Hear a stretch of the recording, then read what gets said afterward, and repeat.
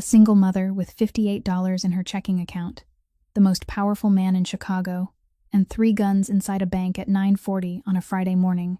Marlo Hayes had no plan that morning except to withdraw the last of her daughter's school fees and make it to her delivery shift on time. She was tired in the specific way that single mothers get tired, not just in her body, but somewhere behind her eyes, in the place where hope used to live more comfortably.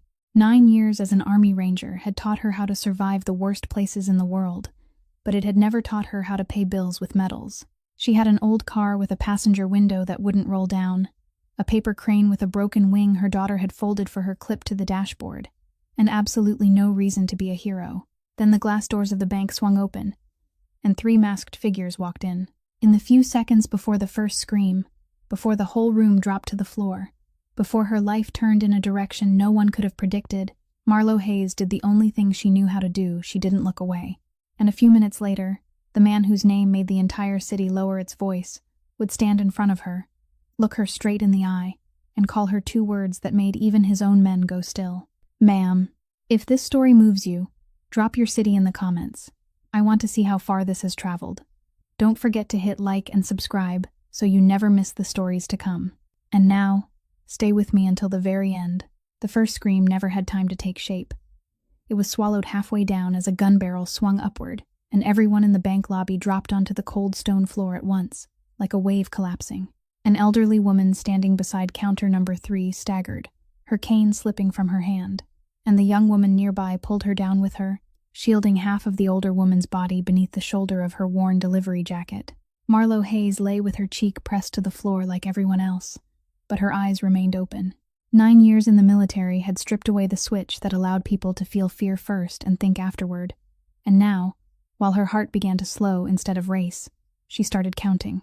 3 masked men, 2 handguns, and 1 long gun. Full gloves, soft-soled shoes, not a single trembling hand. They moved in a triangular formation, 1 man guarding the entrance, 1 sweeping the lobby, and the 3rd heading directly toward the branch manager's office, and that was what sent a cold sensation across the back of her neck. Not one of them bothered to look at the teller counters. Not one threw a canvas bag against the glass and ordered the employees to stuff it with cash. They passed over the money as though cash were merely an inconvenience. And the man carrying the long gun was forcing the branch manager toward the steel door leading down to the safe deposit area, where there was no money, only boxes containing other people's secrets. A bank robbery that didn't want money wasn't a bank robbery. It was a mission, and the person who had given that mission wasn't standing in this room.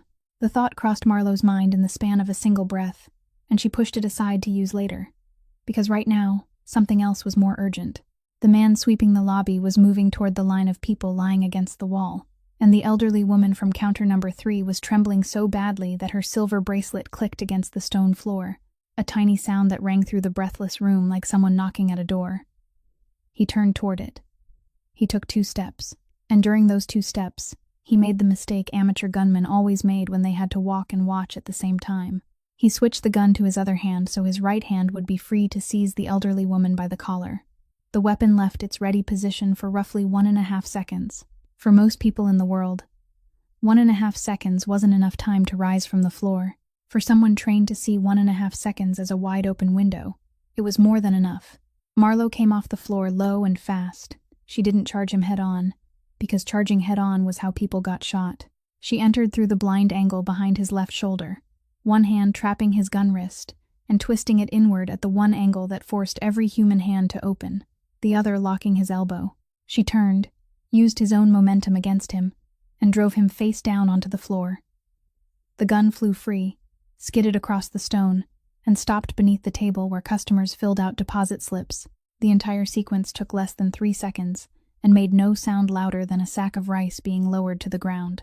She planted her knee between his shoulder blades and pulled his arm high behind his back, to the point where every thought of struggling became a losing calculation, and through her palm she felt that familiar moment, the moment when a human body decided the numbers were no longer on its side.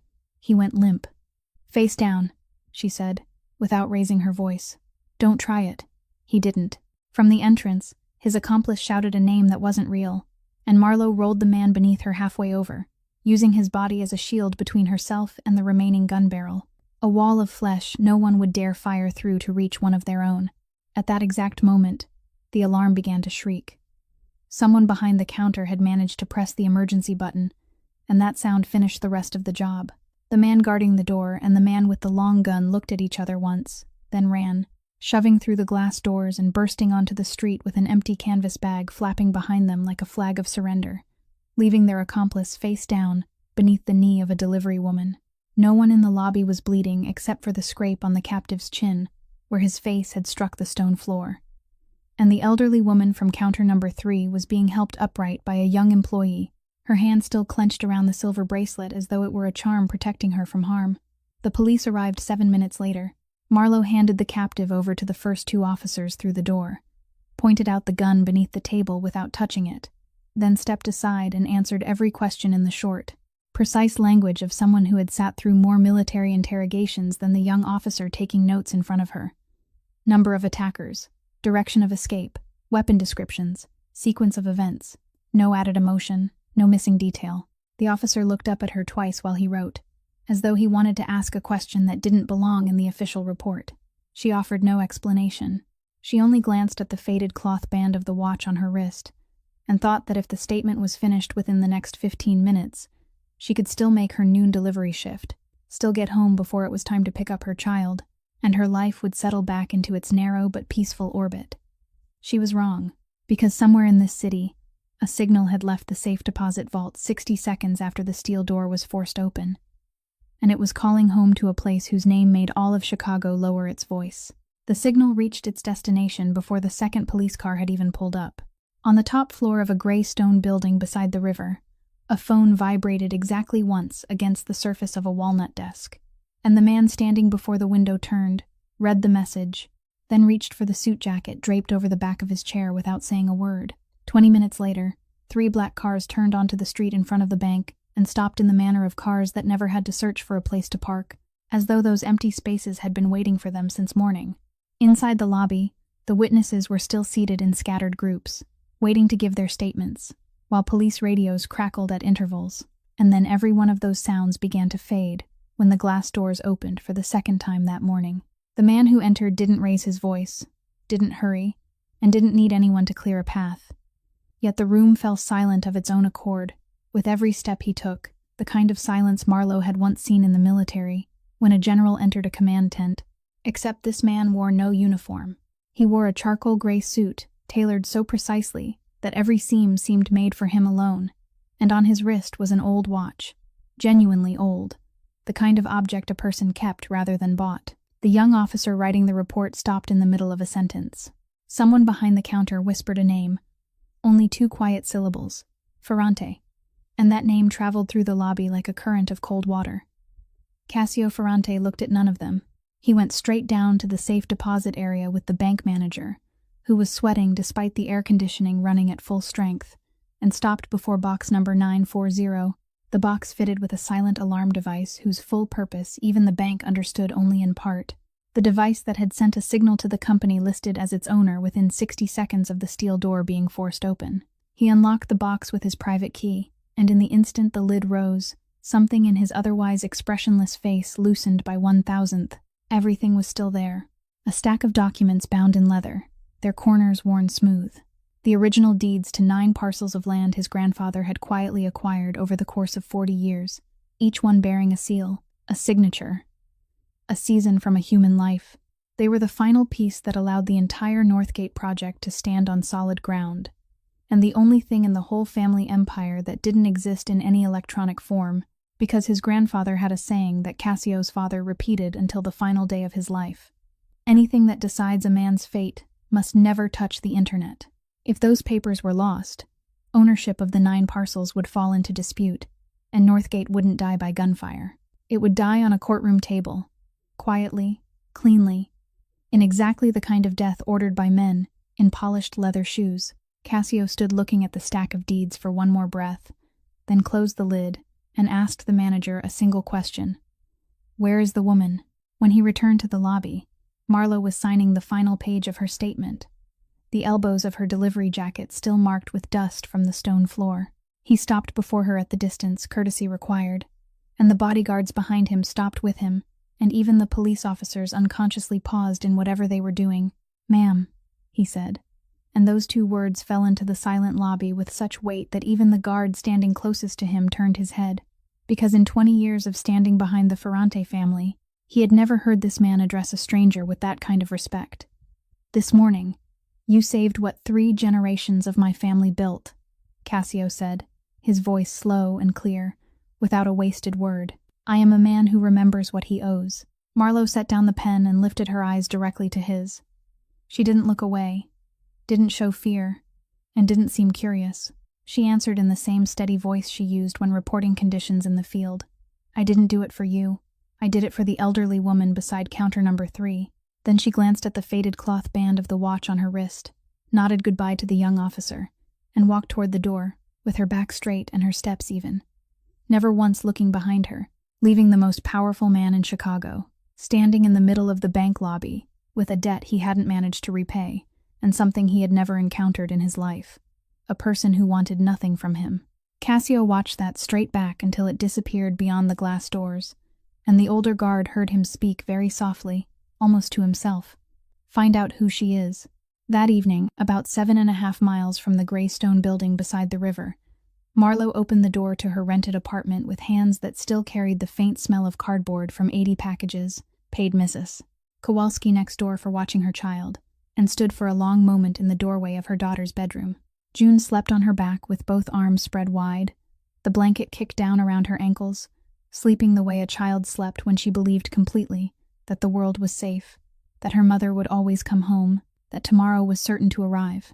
On the desk beside the window, a flock of brightly colored paper cranes sat in a neat row, and Marlowe thought of the small paper souvenir clipped to her dashboard of her car, the one June had firmly refused to let her replace with another.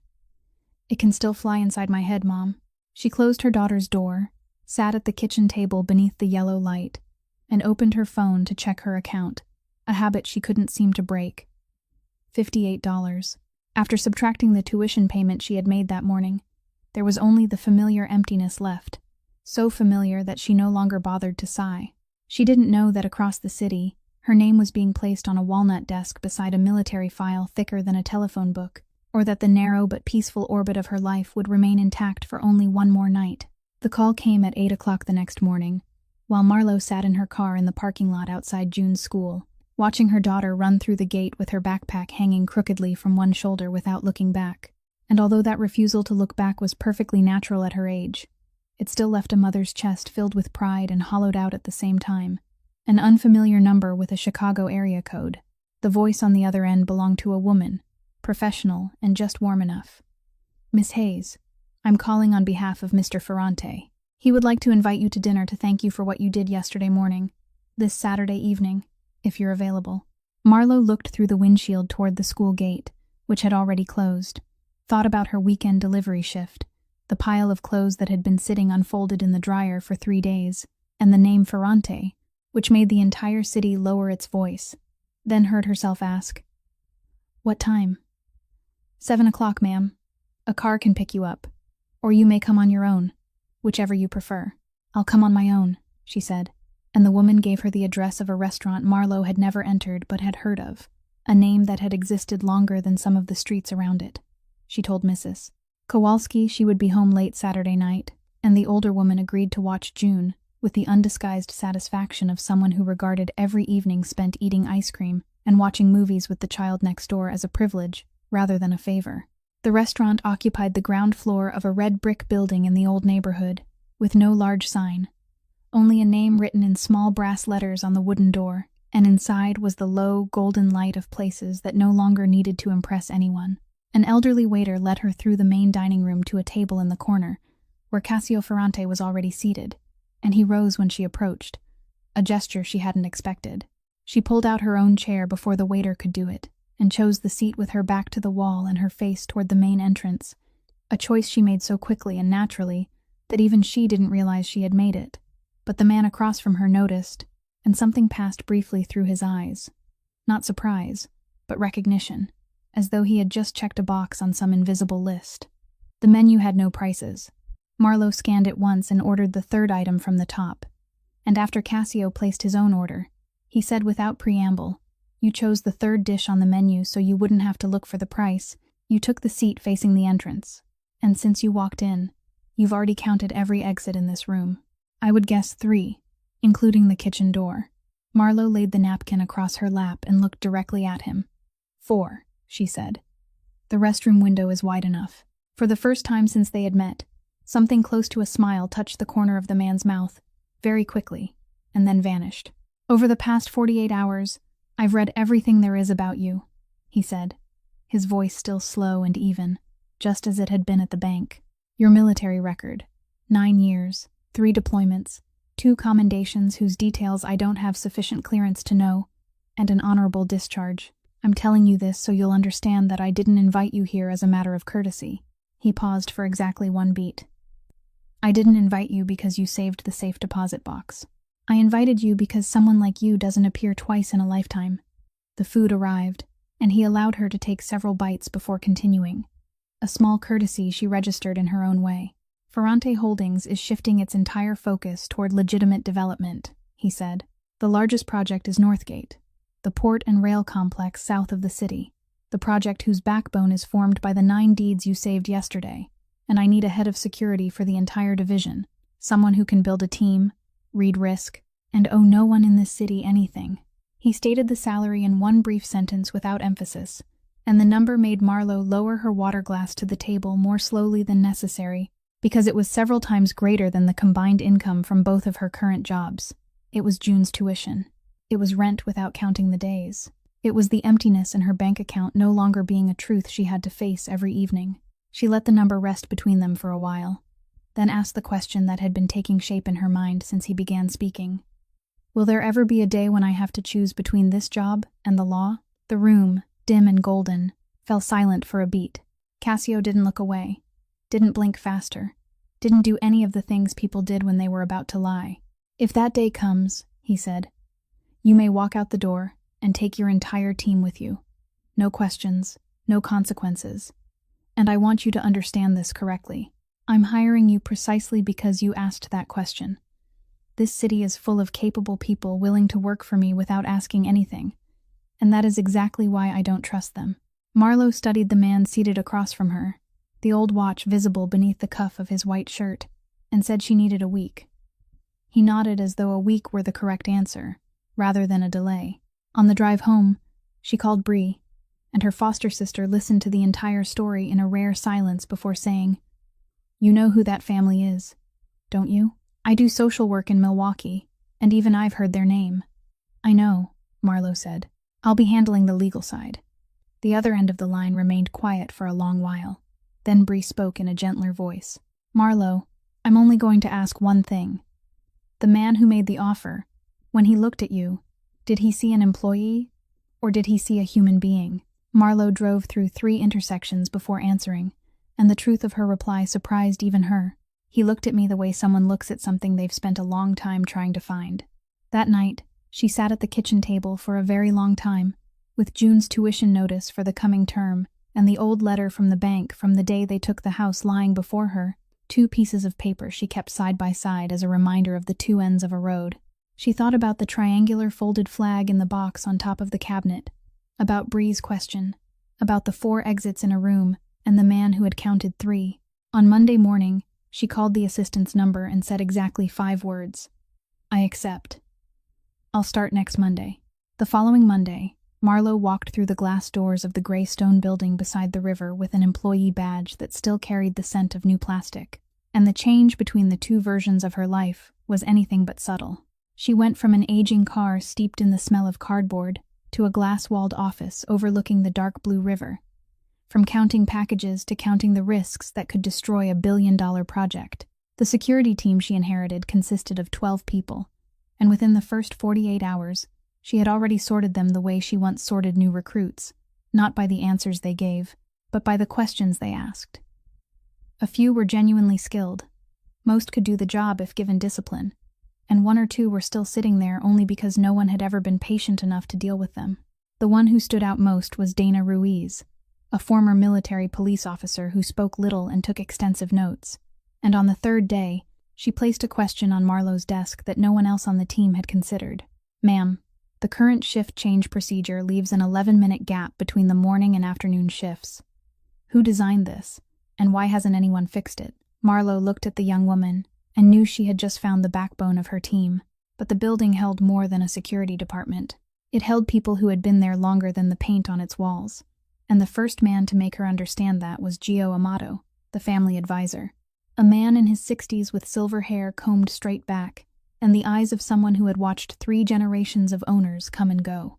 He entered her office on the afternoon of the 4th day without knocking, stood for a long while watching her rearrange the chain of command on the whiteboard, then finally spoke in a voice as dry as old paper.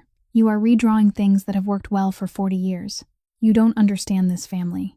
Marlo set down the marker, turned to face him, and answered without haste. I don't need to understand the family. I need to understand the person attacking it, and Mr. Amato. The things that have worked well for 40 years are exactly the things that person has had 40 years to study. Gio watched her for another moment without answering, then walked away, and she knew she hadn't won him over. She had only forced him to think. But with men like Gio, making them think was already progress. The third person was Nico Barone, the deputy head of security, 44 years old, with 20 years of service to the family, the man who had placed a complete summary of the building's security system on her desk before she arrived on her first morning, arranged with such care that she needed only to read it and ask nothing. He was proper in every greeting, exact in every report, always the second person to arrive after her and the second to last to leave before her. And it was that smooth, rounded perfection without a single rough edge that left Marlo with a vague feeling she couldn't yet name, like walking into a room that had been cleaned too thoroughly and wondering what stain the person doing the cleaning had been trying to conceal. She had no evidence and no reason, only 9 years of instinct, so she did what she always did with feelings she couldn't yet name. She acknowledged it, folded it away, and placed it in a compartment in her mind to use when the time came. By the end of her first week, that compartment had begun to gain company. While reviewing the headquarters access logs from the previous 6 weeks, a task no one had asked her to perform, but one she always did first wherever she went. Marlo found small irregularities, so small that no one would have noticed them without deliberately looking. A visitor badge had been used twice within the same 15-minute period, at 2 doors, 3 floors apart. A side entrance had been opened near midnight on a Sunday, with a maintenance code that should have expired. There was a 19-minute gap in the 7th floor corridor camera footage that the technical log described as a system malfunction, though no corresponding repair report existed. Each item could be explained on its own, and that was precisely why it caught her attention, because amateurs left behind large mistakes, while professionals left behind nothing but things that could be explained. She didn't include the findings in her weekly report, and told no one on the team, not even Dana. Instead, she opened her old personal laptop in the evenings, created an unnamed folder outside every company system, and began recording information the way she once had in the field. Date, time, event, source, level of reliability. No hurried conclusions, only placing one stone beside another and waiting for them to form their own shape. An old lesson from her years in uniform said that small problems were biological. Left alone, they didn't remain still. They grew in the darkness between what people noticed and what they were willing to address. On Friday evening, she came home on time for the first time that week, and Mrs. Kowalski left after setting a pot of soup on the stove with instructions to warm it over low heat. Mother and daughter ate dinner at the wooden table beside the window, June talking between bites about her new deskmate and the 104th paper crane she was still folding. Then, between 2 spoonfuls of soup, the girl looked up and asked in the casual voice children used for the most important questions, "Is your new boss a good man?" Marlo considered the question with all the seriousness it deserved. She thought of the man who had risen when she approached the table, of the answer he had given without blinking in the restaurant, of the respectful way he had addressed her in the bank lobby, then said, "He is demanding, and he keeps his word. I think that is worth more than being good." June chewed more slowly, weighing the information with the expression of someone reviewing a case file, then gave one decisive nod, as though she had just stamped it approved, and returned to her story about the 104th crane, leaving her mother seated across the table with something she didn't say aloud. Somewhere inside that beautiful gray stone building beside the river, someone had been moving through the darkness long before she arrived, and she still didn't know which door they were using. The second week brought the first answer, and like every worthwhile answer, it opened more questions than it closed. The man arrested in the bank remained in the detention center, with his mouth sealed as tightly as the safe door he had once forced open, refusing to name his accomplices, refusing to name the person who had hired him, refusing even to reveal his own real name until his fingerprints did it for him. And what mattered wasn't his silence, but what appeared around it. Exactly 3 hours after he was taken to the station, a defense attorney arrived, the kind of attorney who charged $900 for every hour of consultation, wearing a suit worth more than Marlowe's car, and announced that his client wouldn't answer a single question. A man who robbed a bank in worn, soft-soled shoes couldn't afford 3 minutes of that lawyer's time. So who was paying? And whoever paid to keep a pawn silent had something far more valuable to hide. Marlowe sat in her glass-walled office and arranged everything she knew into a straight line, the way she had once loaded rounds into a magazine, and the picture emerged without her needing to add a single stroke. The crew that morning had known the exact code for the safe deposit area they needed to open, had known the bank security shift schedule down to the minute, and had even known the blind angle in the camera system well enough to choose their point of entry. 3 kinds of information that existed together nowhere, except inside the system itself, which meant this had never been a robbery. It had been an operation. Someone had drawn the map. Someone had paid the wages. And there had been one target, numbered 940. She needed someone on the side of the law, someone who stood outside every circle of influence in the city, and in the small directory of her life, there was only one name that fit. Detective Walt Gruber answered her call after the 4th ring, and said only one sentence: the old place, 10 o'clock. The late-night diner stood on the south side, the same place her father had taken her in the years when his mind was still clear, with sickly yellow tube lights, cracked red vinyl seats, and an owner who never asked customers anything except what they wanted to order. Gruber was already seated in the corner, broad through the shoulders, his salt and pepper hair cut short, a cup of black coffee in front of him, and the expression of a man who had begun counting the months until retirement, and he watched her enter with the mingled relief and suspicion of someone who had read the report about the bank and already known this meeting would come. "Frank Hayes' daughter," he said in place of a greeting. "Sit down, and let me finish this before you open your mouth. I hate the Ferrante family. My father hated their father. I hated the 2nd generation. And I've spent nearly 30 years watching that name slip through every crack in this city's laws. So when I heard you had gone to work for them, I almost didn't answer the phone." He took a drink of coffee and lowered the cup slowly. "But I owe your father an old favor he never collected. And more importantly, in all the years I've known you, you've never lied to me once. So speak. What do you need?" Marlowe told him, briefly and in order. The robbery hadn't targeted money. The arrested man had been silenced with a lawyer who charged $900 an hour. Inside information had been passed to someone outside, and a project called Northgate stood at the center of all of it, like a deer caught in the crosshairs. Gruber listened without interrupting, the skill of a man who had sat through thousands of interrogations and learned that people revealed the most when no one cut them off. And when she finished, he turned his coffee cup once against the tabletop and asked the exact question she had expected. "You believe your boss is clean in this?" "I believe that safe deposit box contained something he couldn't afford to lose," she replied. "And whoever wanted it wasn't trying to get rich. They were trying to bring something else down. Hate the Ferrante family as much as you like, but you and I both know one thing. Anyone willing to hire armed men to enter a bank in the middle of a Friday morning and steal documents isn't going to stop at documents." Gruber remained silent for a long time, looking through the window where the south side streetlights cast broken pools of light across the wet sidewalk, then reached into the inner pocket of his coat and took out a bent spiral notebook, the kind old detectives continued to use despite every computer in the world, and said, "All right, we do this the old way, outside the system. No paperwork, no email, just you and me. Now answer this. Who wants Northgate dead?" That question became the work of the entire night. They began at the source. The South Side Port and Rail Project was the largest piece of business the city had seen in a decade.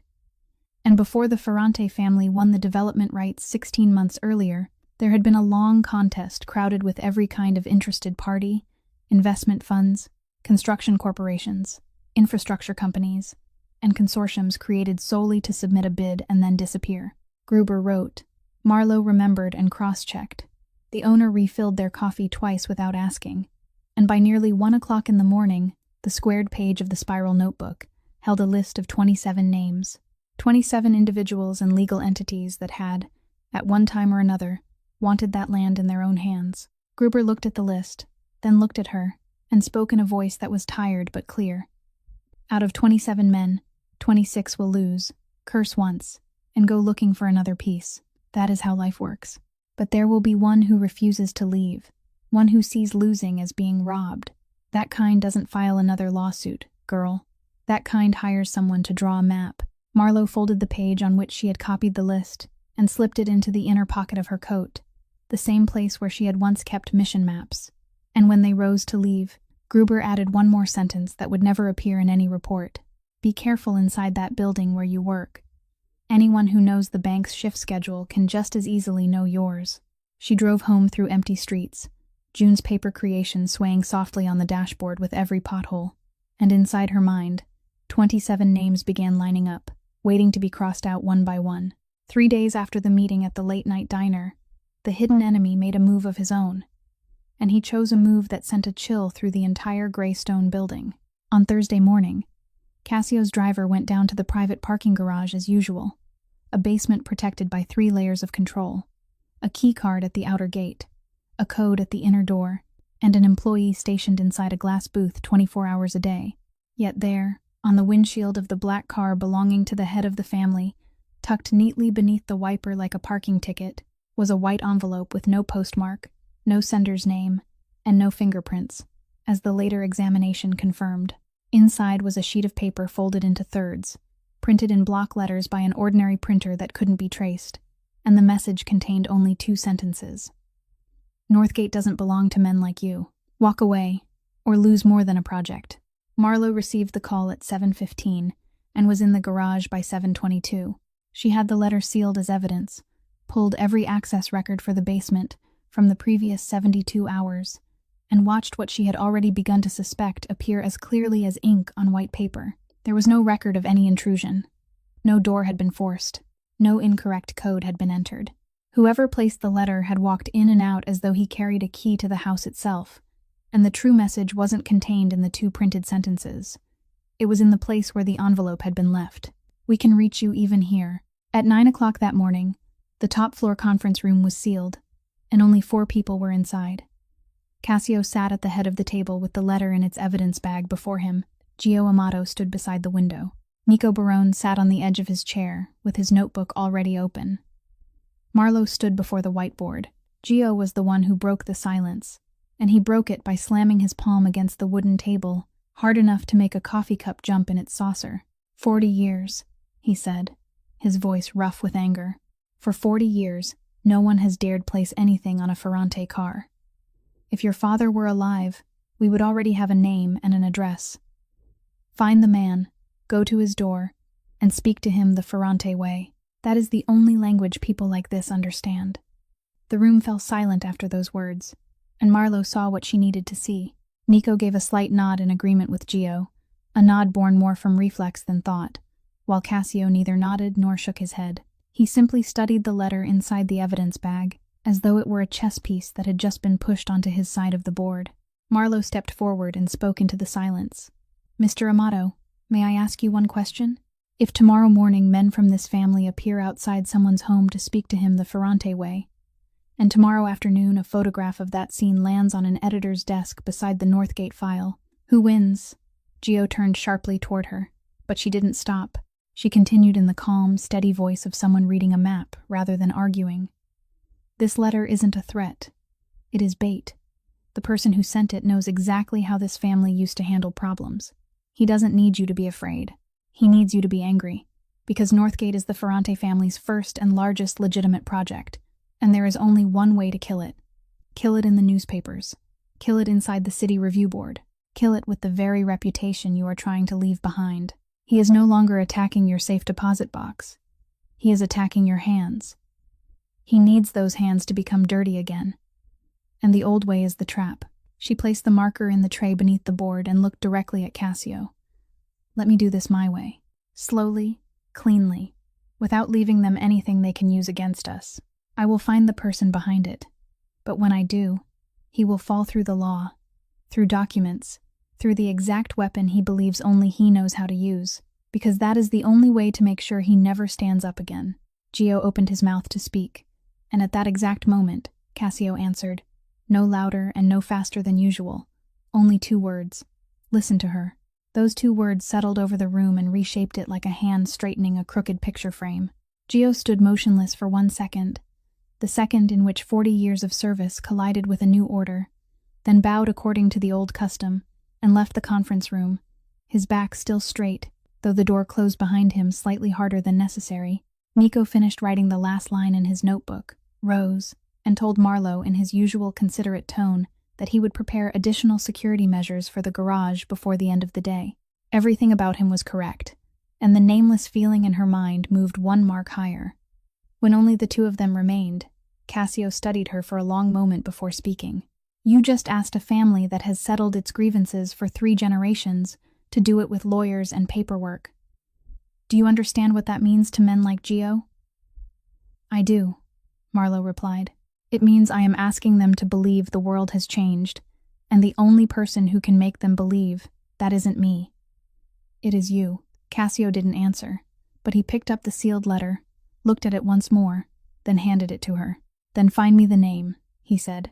I will handle the rest. Over the next 3 nights, the list of 27 names in the inner pocket of Marlo's coat began to grow thinner beneath the light above her kitchen table. She and Gruber passed each one through 3 layers of scrutiny. Who still had enough money to finance a long campaign? Who had a reason deep enough to refuse to walk away after 16 months? Who understood both the financial world and the criminal one well enough to hire the right kind of people? 27 became 8. 8 became 3. And among the final 3 names, one kept rising to the surface like oil on water.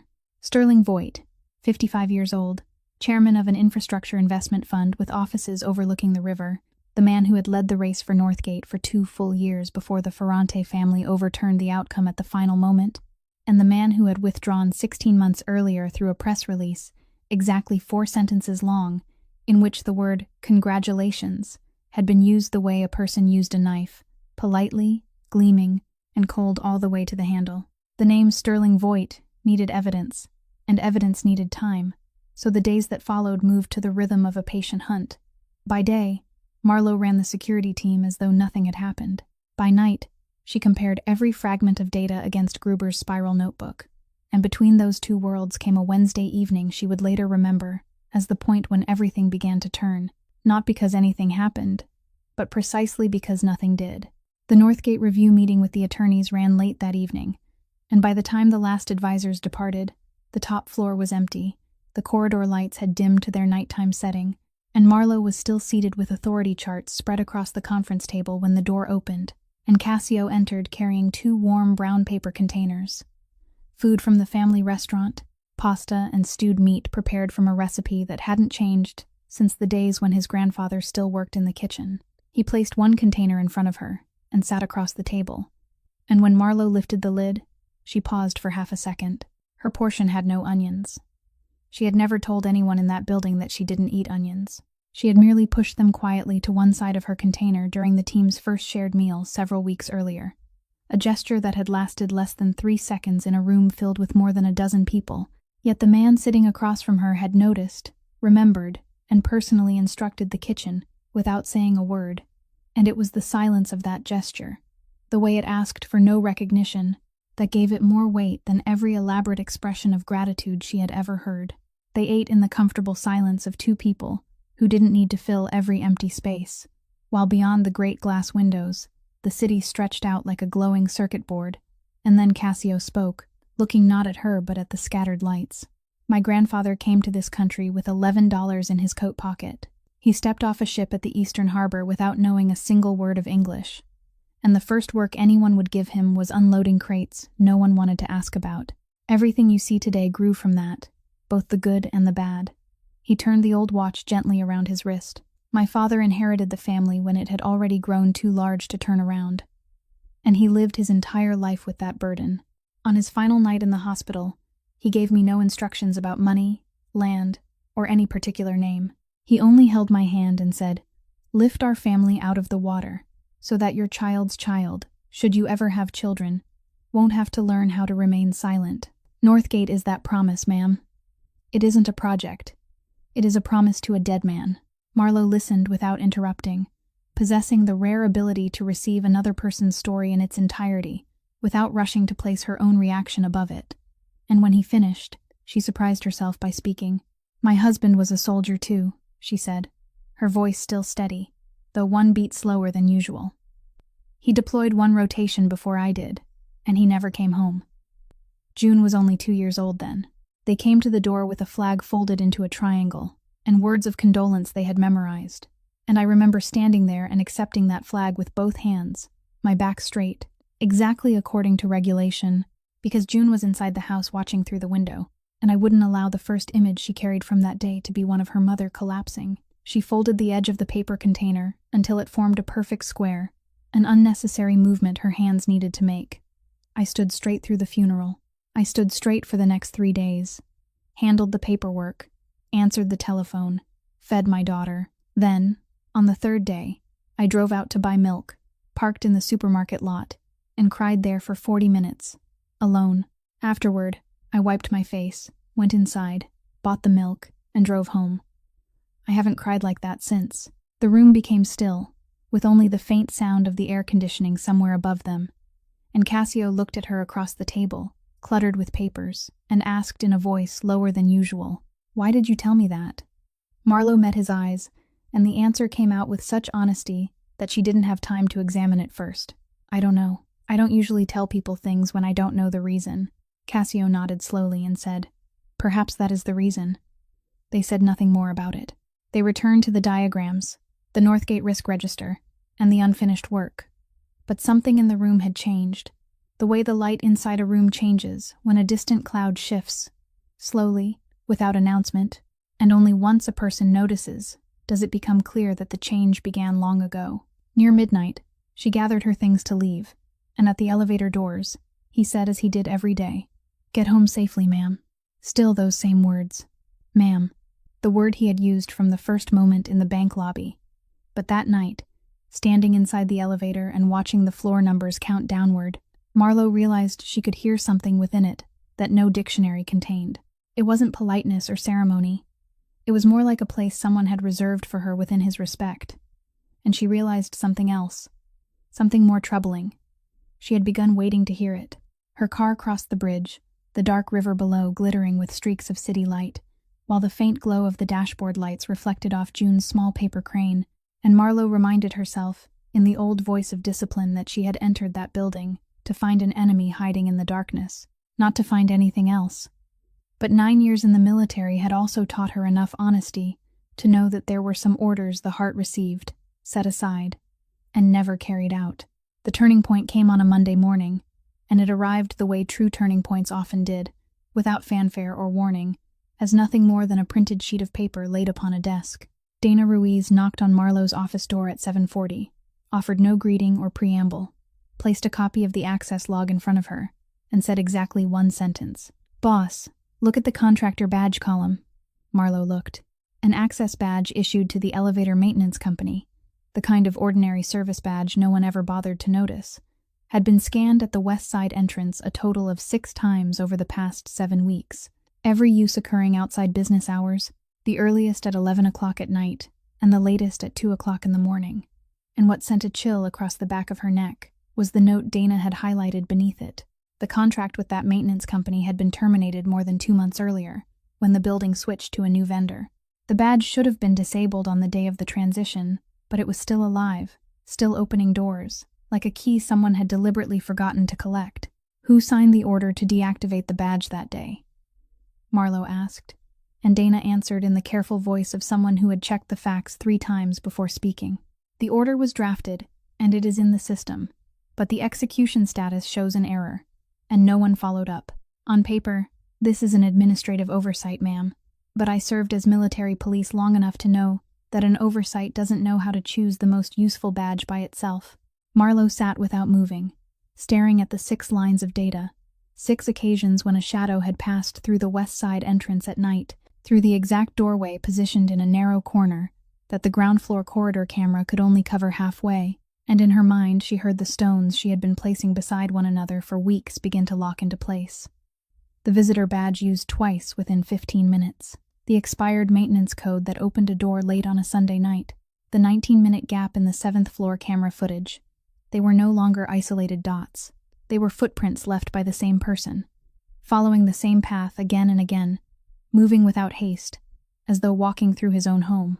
The next question was what he had entered to do, and to answer it, Marlowe needed a pair of eyes. No system in that building knew existed. She called Gruber. Gruber gave her a name. On Tuesday afternoon, a petite woman in her 30s, named Priya Anand, entered the building under the title of Technology Audit Consultant, a legitimate cover because the company regularly hired outside advisors, carrying a faded backpack filled with tools she had written herself and refused to sell to anyone. Priya worked inside the server room for 6 hours without a break or idle conversation, and at 9 o'clock that evening, she called Marlowe downstairs, pointed to her laptop screen, where lines of code streamed past like rain, and spoke in the calm voice of a physician reading a scan. I found it inside an automatically generated maintenance log file, the kind no one ever reads. It is a passive listening device, installed very carefully. It doesn't transmit an active signal, so none of the firewalls react. It simply sits there and records everything that passes through this system: correspondence, meeting schedules, documents, and according to the creation timestamp, it had already been here for nearly 2 months before the bank robbery. The server room held only the steady hum of cooling fans, but to Marlowe, those words sounded like a distant explosion. Nearly 2 months before the robbery, she stood motionless before the screen, and the entire picture she and Gruber had spent weeks constructing dismantled itself and reassembled in a different order, one far more frightening than before, because from the beginning, everyone, including her, had read the story in the same direction. The robbery had been the opening shot, and the letter had been the escalation, but the timestamp on this device turned the whole book backward. The truth was that they had entered the house first. They had sat inside this system and read every letter, every memorandum, and every schedule for weeks. They had known the 9 deeds were kept in safe deposit box number 940 because the internal documents themselves had told them. Only then had the robbery come, which meant the robbery hadn't marked the beginning of the attack. It had been an escalation in a siege that had already been unfolding silently for a long time, and the letter beneath the windshield wiper had merely been the greeting of an enemy who had grown tired of hiding. The enemy wasn't standing outside the gates as she had imagined. He had been sitting inside the house before she ever set foot in it. He had heard every meeting, and might even have read the welcome email announcing the arrival of a new employee named Marlowe Hayes. Priya asked the only technical question that remained. "Do you want me to remove it?" 10 minutes and it will be gone. Marlowe stood silent for a long time before answering, because those 10 minutes would give her safety and take away something more valuable than safety. She remembered nights in the field when her unit discovered an enemy communications frequency. No one was foolish enough to destroy it. They kept it alive. They listened, and when the time came, they spoke into it, the things they wanted the enemy to believe. "Don't remove it," she said at last. "Don't touch it. Don't change any behavior in the system. From this moment on, it isn't their eye anymore. It is our speaker. They want to listen. Fine. We will decide what they hear." Priya studied her for 1 second, then nodded with the faint smile of a technical expert who had found someone who spoke the same language. "I will place a monitoring layer over the device itself. The moment this termite moves, what it sends and who receives it, you will know before it does." That night, Marlowe remained in her office until late.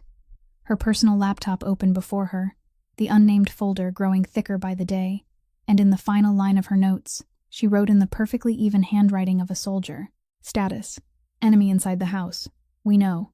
Enemy doesn't know that we know. Temporary advantage belongs to us." Then she closed the laptop, turned off the lights, and stood beside the glass wall looking down at the glowing city, where somewhere in a building across the river, a man believed he could see everything, without realizing that from that night forward, he was the one being watched. That temporary advantage had barely settled into place when the enemy changed the direction of his attack, and this time, he didn't aim at the building. He aimed at her. At 9:45 on Thursday morning, the headquarters security line rang from a number that didn't appear on the display, and according to the procedure Marlowe herself had established, she was the first person to answer calls of that kind. The voice on the other end belonged to a man, somewhere in the middle register, altered through a voice modulator just enough to prevent identification while preserving its deliberate ease, and he didn't ask who she was. He addressed her directly. "Miss Hayes, 9 years in the military, 2 commendations, 1 flag folded into a triangle inside a box on top of the cabinet." He let those words sink in for exactly 1 second before continuing. You wear medals and stand guard for the Ferrante family? What a shame. Someone like you, keeping watch at the door for people like them. He exhaled a sound that was almost a laugh. Here is what you should do. Before you give them one more day of loyalty, ask your boss about Pier Number 9 in the year 2018. Ask him, then decide which side you are on. The line went dead. Marlo lowered the receiver. Her hand didn't tremble, but she remained motionless in her chair for a full minute, because she understood exactly what made the call effective. It contained no threat and made no demand. It merely planted something. A place, a year, a question, and it struck directly at the load-bearing joint of the position she occupied. Trust, because someone across the city had studied her closely enough to know that this woman wasn't afraid of guns or anonymous letters. But she might falter if she discovered she had been standing in the wrong trench, and the detail about the flag on top of the cabinet had been dropped in as a secondary message. We know what is inside your home. She had 2 choices. The first was to do exactly what the caller expected. Investigate quietly, ask Gruber, search old records, and feed the snake of suspicion inside her for several weeks until it grew. The second was to do the opposite. And Marlo wasn't built to take a winding road around the man who paid her salary. She rose, went straight to the top floor, knocked twice on the wooden door, and when Cassio looked up from the documents before him, she closed the door behind her, stood in the center of the room, and spoke without preamble. 10 minutes ago, someone called the security line. He knew my military record. He knew things inside my home. He told me to ask you about Pier Number 9 in the year 2018 before I chose a side. So I am asking. The room became so silent that it seemed possible to hear the river that wasn't beneath them. Cassio set down his pen, and Marlo studied his face the way she had once studied faces across interrogation tables, searching for the slight twitch at the corner of an eye, the swallow delayed by half a beat, the loose coins of deception, and she saw none of them. She saw something else instead, something rarer, an old weariness rising to the surface, as though that name were a stone he carried in his pocket every day, and someone had now ordered him to take it out and place it on the table. Sit down, he said. She sat, and he told her, without evasion or self-defense, in the steady voice of a man who had repeated the story to himself thousands of times in his mind. Pier Number 9 was a winter night in the year 2018, when his father still held power, and Cassio was only the heir standing behind his right shoulder. A shipment passed through a family dock, the kind of shipment his grandfather's rules had forbidden them ever to touch. But his father's generation had allowed those rules to wear thin around the edges. A longtime associate begged for an exception. Only one night. Only once. And Cassio's father agreed because of an old debt of loyalty. That night, something went wrong. The men on the other side mishandled the operation, and an uninvolved dock watchman was caught between 2 streams of trouble and spent 3 months in the hospital. The family settled every consequence with money and silence. No one was prosecuted. The file closed as though it had never been opened, and on every official record in the world, that night didn't exist. I was standing on the dock that night, Cassio said. I was 25 years old. I gave no order and touched none of the cargo, but I stood there and remained silent. And the next morning, when I went to the hospital and looked at that watchman through the window of his room, when I saw his wife collapsed beside his bed, I understood something no school could ever teach, that silence is also a hand. And my hand wasn't clean that night. He turned the old watch once around his wrist. The watchman recovered. The family paid every medical bill and has supported his family to this day through a foundation that doesn't carry our name, but there are things money can't buy back. I began building Northgate 3 years later, not to earn another dollar, but because I owed that night a different road, a world in which a dock watchman can work the night shift and know he will return home. That is Pier Number 9, ma'am. The man who called you didn't lie. He only told you half the truth, and believed half would be enough to make you leave. He looked directly into her eyes, and spoke the final sentence in a voice neither high nor low. The door is still there, as I promised. Marlo remained seated for a while, letting everything settle. Then she rose, not to walk toward the door, but to stand straight while she said what needed to be said. I don't choose sides based on files, she said. Files are written by other people. I choose based on 3 months of watching how you live, how you answer difficult questions without blinking, how you remember that someone doesn't eat onions, how you said listen to her in a room filled with men from the old way. The man who called wants me to believe that a person is nothing more than the worst night of his life. But if that were true, I wouldn't have anything left to stand on either. So no, I am staying, and we are going back to work, because he just made his first mistake. He showed us that he is becoming impatient. Cassio looked at her, and for one brief moment, the usually unreadable face of that man revealed something he couldn't conceal. It wasn't relief. It was deeper than relief, the look of someone whose darkness had been seen in its entirety by another person who hadn't turned away. And both of them, standing in that top-floor room, understood, though neither spoke it aloud, that from that second forward, whatever existed between them had acquired another name. Neither of them was yet brave enough to say it. He was growing impatient, which meant he would make a mistake. But before waiting for that mistake, Marlowe had one question she needed to answer inside her own house, the question she had postponed from the very beginning and could no longer avoid. Who had opened the door? She spread every piece of evidence across the kitchen table in her apartment one night, after June had fallen deeply asleep. And this time she didn't arrange them by time. She arranged them by access, because every piece of leaked information represented a doorway, and every doorway had only a limited number of people who carried its key. The bank security shift schedule wasn't stored inside Ferrante's systems. It was shared only during the regular coordination meetings between the bank and the company. Meetings the company had sent exactly one representative to for the past 3 years. The code for the safe deposit area and the security procedures surrounding box number 940 existed only in a restricted file, one whose access log showed exactly 4 names had opened it during the previous year. The elevator maintenance contractor's badge that should have been deactivated had received a cancellation order that failed during execution, and the person authorized to certify that every badge had been recovered during the contractor transition had signed the completion report with a signature she saw every day on the neatly organized reports waiting on her desk. All 6 occasions when the west side entrance opened during the night had occurred during weeks when the duty roster showed that the person responsible for that area was scheduled to perform routine inspections at facilities outside. Headquarters, a coincidence repeated 6 times, was no longer a coincidence. Marlowe sat at her kitchen table for a very long time, and she realized she was doing the very thing she hated seeing in other people. She was searching for an escape from the conclusion. She was trying to bend the threads toward another direction, because every single one of them, without exception, converged upon a single name. No one inside that building would ever dare suspect. Nico Barone, deputy head of security, 20 years of loyal service, the man who always arrived second and left second, the man her nameless instinct had quietly marked during the very first week, and for whom she had criticized herself as being unfairly suspicious. The following morning, she brought everything to Cassio. She drew no conclusion for him. She simply laid each thread upon the table in its proper order and watched the man pass through every stage of a grief that couldn't be allowed to make a sound. First came denial. "It can't be," he said.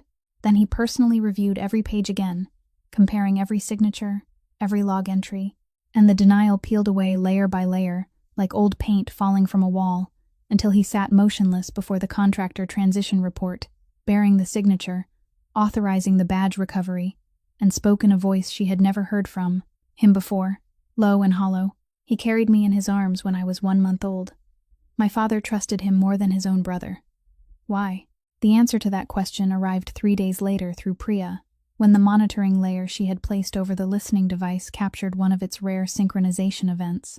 Hidden within the outgoing data packet was a routing record that allowed her to identify the physical point of origin, a workstation inside the security operations room, logged in under Nico's account, during a period when the cameras confirmed he had been the only person inside. But what left both Marlowe and Cassio sitting in silence wasn't the evidence itself. It was the contents of an unsent draft file still preserved inside the temporary cache, a letter Nico had written to someone on the other side, and perhaps had never found the courage to send. It contained not a single word about money.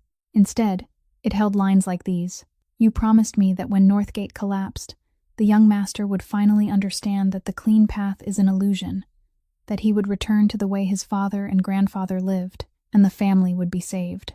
I am not doing this out of betrayal. I am doing this because I am the last person who is still loyal. You must keep your promise. No one is to lay a hand on him." Marlowe read those words twice, and understood that she was facing the rarest and most difficult kind of betrayal in the world, betrayal born from loyalty. Nico wasn't selling out the family. He was trying to save a version of the family that existed only inside his own memories, and Sterling Voigt, with the instincts of a predator, had smelled that fracture inside an aging man and poured into it exactly the poison he longed to taste, the promise that the past could be brought back.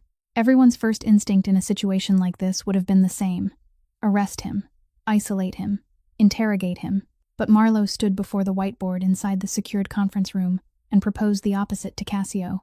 If we arrest Nico tonight, Voigt knows by tomorrow morning that his channel has burned. He disappears into silence, erases every trace, and we lose the only road leading to him. But if Nico keeps coming to work, keeps making coffee, keeps submitting reports, while never realizing he has been exposed, then from today onward, everything he hears will be exactly what we want Voigt to hear. We no longer have an infiltrator inside the house.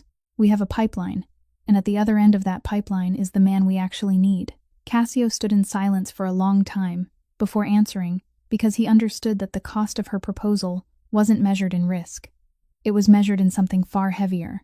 Every morning he would have to greet the man who had once carried him as a child in the same ordinary voice as always. Every meeting he would have to let carefully prepared information flow naturally across Nico's desk. He would have to perform, day after day, before a man whose betrayal still hurt him deeply. At last, he nodded once and said, "Do it, but ma'am, never ask me to pretend this is easy." The days that followed unfolded as though nothing had changed. Nico remained thoughtful, professional, and punctual, submitting reports as perfectly aligned as ever.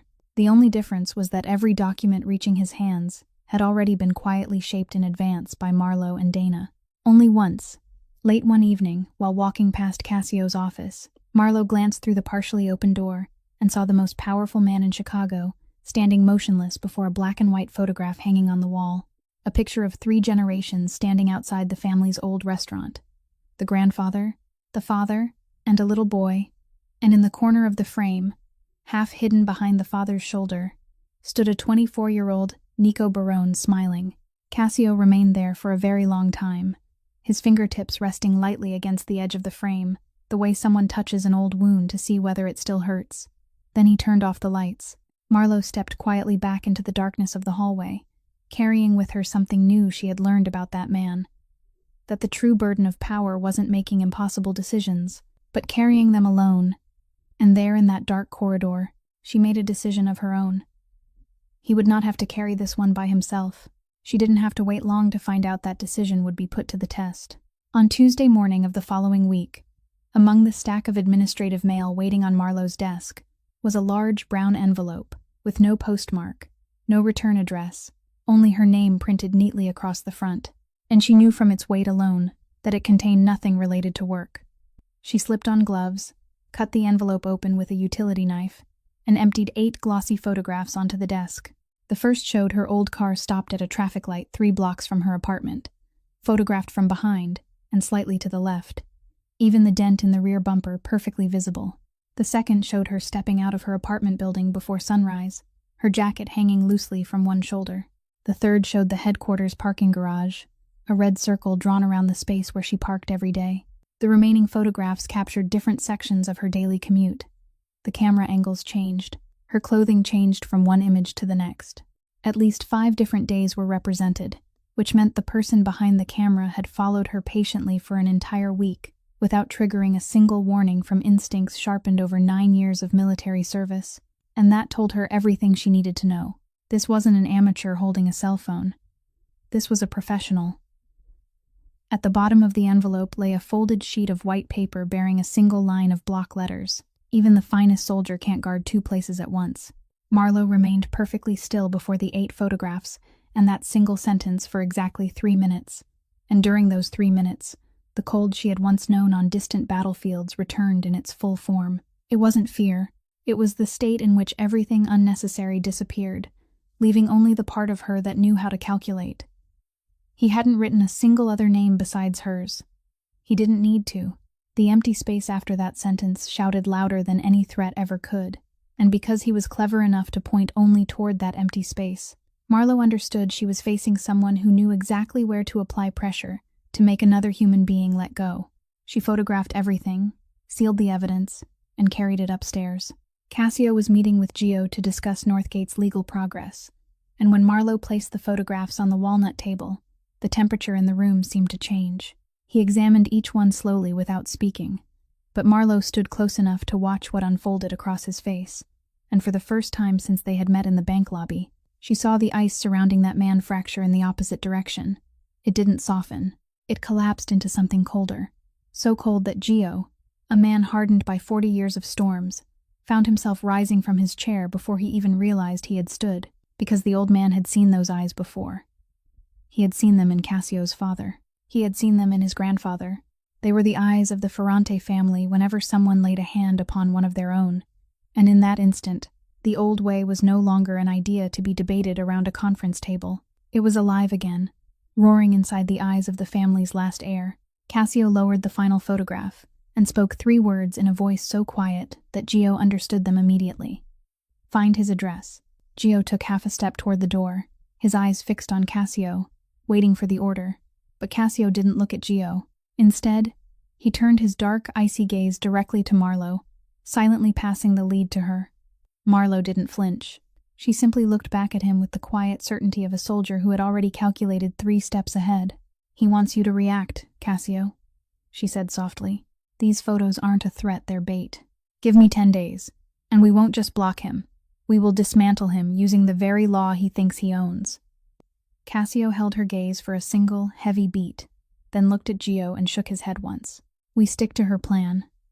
He followed me for 5 days to take 8 photographs when one would have been enough to frighten me. Do you understand why? Because these photographs aren't a threat. They are an invitation. He knows the letter beneath your windshield didn't shake you, so now he is aiming at me, because he believes you will lose your temper on my behalf. Right now he is sitting somewhere across this city waiting for exactly what almost happened inside this room. Ferrante men appearing outside his front door, and 1 hour later, his lawyers appearing at the courthouse with cameras and a lawsuit. If you answer him the old way, he wins. Not one move. Everything. Northgate dies. The promise you made to your father dies. And the world you have devoted your life to escaping becomes the only world left for all of us to stand in. The room fell silent. Gio looked at the woman's hand resting upon the table, then turned toward his young employer. Marlowe finished speaking, her voice quieter now, but even steadier. Give me 10 days. He is becoming impatient. He has exposed the photographer. He has already reached for the strongest psychological weapon he has. Give me 10 more days, and my people and I will bury him with documents, with the law, with the very weapon he believes only he understands. Cassio watched her for a very long time. The final struggle took place behind his eyes in a language no words could fully describe. 3 generations of hot blood pulled him toward one side. A promise made beside a hospital bed pulled him toward the other, and the woman standing before him had become the knot binding those 2 forces together. At last, he exhaled softly and said, 10 days, ma'am, and this entire building stands behind you. Gio slowly lowered himself back into his chair, and the old man regarded Marlowe with an expression she had never seen from him during all the weeks they had worked together. It wasn't agreement. They weren't there yet. But it was the recognition one old soldier gave another who had just held the line. That afternoon, the first thing Marlowe did wasn't part of any operational plan. She called Mrs. Kowalski. Then that evening, she sat down beside her daughter's bed and shared news that made June leap onto the mattress with delight. Her mother's company had a beautiful apartment standing empty, complete with a swimming pool on the 4th floor, and Marlowe thought the 2 of them, along with Mrs. Kowalski, should spend 2 weeks there for a little change of scenery, while she remained busy with a major project. For June, the next 2 weeks became a genuine vacation. Every morning Mrs. Kowalski taught her to knit on a sunny balcony. Every afternoon they swam before eating ice cream after dinner, according to the older woman's unshakable theory that ice cream after swimming made bones stronger. Every evening the little girl called her mother to proudly announce another paper crane perched upon the windowsill of the unfamiliar apartment, her cheerful voice untouched by a single grain of the worries that belonged to grown-ups. For Marlowe, standing inside her glass-walled office, overlooking the dark river with her daughter's laughter still warm inside the phone resting in her hand, the 10-day countdown began that night, and she arranged the entire battlefield inside her mind one final time. The listening device remained exactly where it was, waiting to be fed. Nico still arrived at work every morning without realizing he had become nothing more than a pipeline. Voight had already played his strongest psychological move, and now waited for his opponent to lose control. He believed he had forced her into a corner. What he didn't know was that for a ranger, a corner had never been the place where people died. It was the place where they leaned their backs against the wall and took careful aim. That solid wall behind her needed a bullet, and Marlowe spent the first 2 full days of her 10-day window forging one. The bullet wasn't made of lead. It was made of paper, and it was designed according to a principle she had learned during her years working with battlefield intelligence. For false information to be believed completely, it couldn't come from a single source. It had to come from 2 independent sources that had no apparent connection to one another, because one source was information, while 2 matching sources became truth, at least inside the mind of the person hunting for it. She sat with Priya and Northgate's 2 most trusted attorneys inside an offline room for an entire afternoon, and what emerged was a 4-page legal memorandum, false from the title to the footer, yet authentic, down to every comma in its tone and structure. It stated that the review department had discovered a technical defect in the file for parcel number 7, one of the 9 properties forming the backbone of the project, that an old transfer clause attached to the parcel contained a flaw in its notarization and would soon become immune to challenge under county law, and that any third party wishing to dispute ownership had only one remaining path: to file a direct claim with the County Land Records Office within 72 hours of the date on which the memorandum was signed. After that deadline, Ferrante Holdings' ownership would become permanently secured and impossible to reverse. The trap was built into the very structure of the gift. To take the bait, the hunter couldn't send some nameless intermediary and keep his own hands hidden. He couldn't make an anonymous telephone call or mail another envelope without a postmark. Land title law required a legal entity with a registered name, an official filing, and the signature of counsel to walk through the door of a government office equipped with cameras and a time-stamped seal, which meant that for the first time in the entire conflict, the darkness would have to step forward and stand beneath the light. Priya placed the memorandum on the server at 10 o'clock Wednesday morning, burying it inside the legal team's working directory with a meticulously backdated editing history, and her monitoring layer confirmed that the listening device had read all 4 pages, less than an hour later. The termite had smelled the wood, but Marlowe didn't stop there, because Voight was the kind of old fox who had survived by distrusting everything. He might suspect that a document on the server was bait, so that same afternoon, the second channel was activated. A routine security meeting was called in the 5th-floor conference room, attended by Dana, 2 team leaders, and Nico Barone in his usual seat, with his notebook already open. Between ordinary agenda items about shift schedules and authority assignments, Marlowe inserted a passage lasting less than 3 minutes. In a dry, professional tone, she informed the room that the legal team had discovered a problem involving parcel number 7, that the company needed tighter security around the County Land Records Office for the next 3 days, in case an outside party attempted something aggressive, and that although the specific details were restricted, the team leaders needed to understand the 72-hour window. Then she moved on to the next agenda item, as though she had merely discussed replacing batteries in the handheld radios. During those 3 minutes, she didn't look toward Nico once, but Dana, seated diagonally across the table with the sole assignment of observing without appearing to observe, later reported that the pen in the deputy chief's hand stopped moving for exactly 4 seconds when the words "parcel number 7" were spoken. 4 motionless seconds belonging to a man recording something into memory.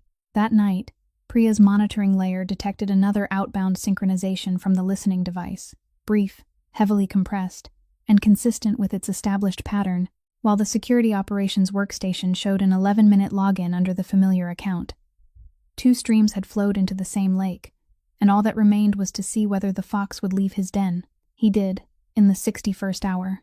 On the morning of the 3rd day, an attorney in a gray suit walked through the doors of the County Land Records Office and filed a substantial claim challenging ownership of parcel number 7. The named plaintiff was a Delaware-registered limited liability company called Meridian Land Partners, a lifeless corporate name. And the entire process, from the moment the attorney crossed the threshold to the instant the intake seal came down at 10:17, was captured within the public camera coverage of a government office, exactly as designed. The notice reached Marlowe before noon, and she stood before the whiteboard and wrote Meridian Land Partners in red ink, the first link in the chain to rise willingly above the surface. The rest belonged to Priya, who had been waiting with every tool already running. And over the next 36 hours without enough sleep, The small engineer peeled the wooden doll apart one layer at a time. Meridian Land Partners was owned by a parent company also registered in Delaware. That parent company used a small Chicago law firm as its registered agent, and that same firm, at the same address, represented a commercial data center in the West Loop, a name that made Marlo and Priya look at each other across the screen, because the West Loop address matched digit for digit the destination to which the listening device had been sending its data.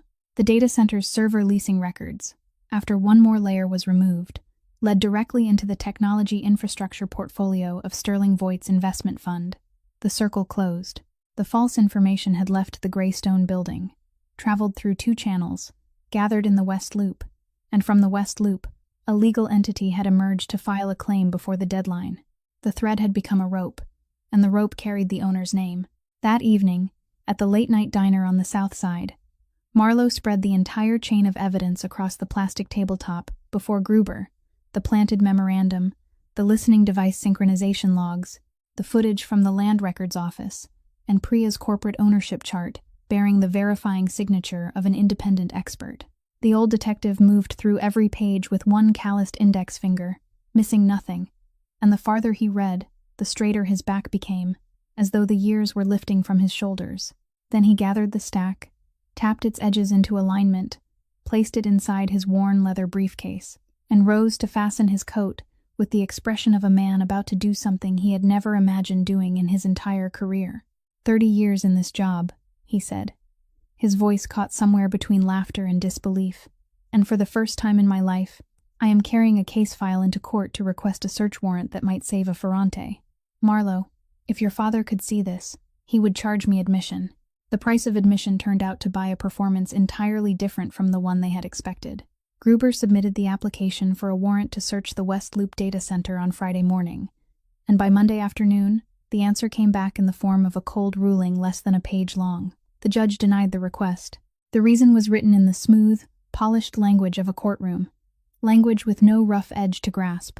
The chain of evidence was circumstantial, the connection between the corporate entities wasn't sufficiently direct to justify an intrusion onto private property, and direct evidence would be required before the application could be resubmitted.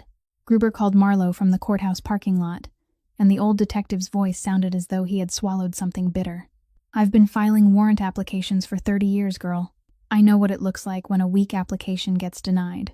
This one wasn't weak. This one was killed. Someone put a hand over it. I can smell it, but I can't prove it yet. He proved it 48 hours later. And he didn't need a confidential informant or any secret source.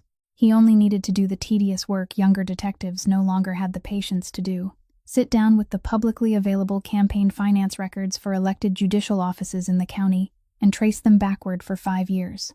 There, buried among pages of disclosures anyone had the right to read and no one ever bothered to examine, were 2 contributions to the campaign fund of the very judge who had denied the warrant, both made by a community legal aid fund, with a name as pleasant as a greeting card. And that fund, after one more layer of research, received most of its money from a corporate charitable organization embedded within Sterling Voigt's business network.